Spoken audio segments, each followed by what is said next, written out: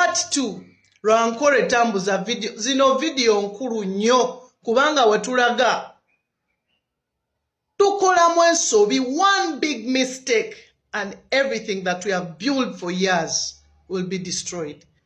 That even God does not allow violence. Yeah? Tetuge, oh, let me say, abaganda bagamba ebisiki n'ebisiki tebyaka. Yeah? So, if you're doing evil and these people are also doing evil, where is the justice? Teriyo. That means difenafena tuba tufanya General Museveni n'abantu baba tutugumbula. Eggwanga lino Mukama Katonda yagenda diwolera. The Bible says revenge or vengeance belongs to God. Katonda yennyini agenda tandika oba tugumbula bokka na bokka kubanga emize gye bajje bakola gimutuuse Mukama wano ku bulago kati essaawa, because the hand of God is already in Uganda, is going to strike those people. Kati fe Abannayuganda essala zetusaba amaziga ge tusabye okwegayirira kwe twegayiridde Mukama Katonda yenna tetwonoona. What is the most tactical thing we can do? Yeah? What do we do? Sensitize masses of people. And your tactic number 1, sensitization. Mukunga abantu. Iworotitunga from every corner, from different languages. Everyone in your own language, sensitize people from your language and try to understand the mission of changing the government. And knowing our rights. That's number 2. Know your rights. Kati woba okunga abantu, oyino bakunga ngo bagamba rights za mu Uganda baba kyogera batya simanyi, but rights mujja kinyonyola.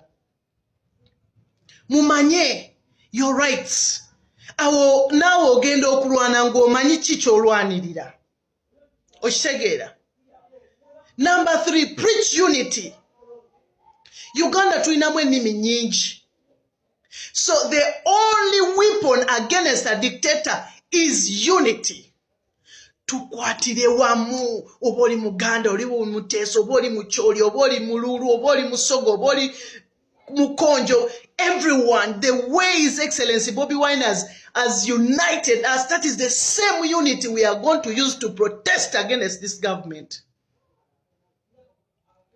Another thing, consistency. Nti watuyimuka netugamba nti tugenze kubanja buchi akalulu kaffe tugenda kuwamba government tujivunike wansi na kyemalira abere diffuse completely. Tulina okubanga tuli kitole. We are not going to look at ourselves. Consistency ekintu ekyo kikulu nnyo. Tibwe tulumba tuba tulumbye teri kudda wako okutuusa nga balangiridde ti president waffe atudde ku ntebe. Ti enkyukakyuka gye twagala. Tulina omukulembeze waffe His Excellency Robert SENTAMU KYAGULANYI. Ye is our revolutionary leader. Oshegera. So every unit tugenda kulumba amakuba oba kitutwalira weeks 2 oba kitutwalira omwezi oba kitutwalira emyezi 2 oba emyezi 3. We have to be focused. We have to be focused 110%. Nga tuli gumite buli muntu aveyo n'abaana be. Abaana tubajjeyo. Family zaffe zonna tewali kuva kubala. Abafumbe mmere mujje n'amasopichi banaye buli family erina okujja n'ak'okulya. Oshegera. Buli family erina okujja n'ekyokulya kubanga ositudde abaana tulina okulya n'amawanga awo we ganajjira otuyambako. Tewaliyo musirikale agenda kutukuba ssasi nga tewali kye tukoze. Non-violent peaceful protests. Peaceful protest. Nze mbagambye ekintu kino kikulu nnyo. So bane mutambuze video eno ngenda nkyayongera okusoma.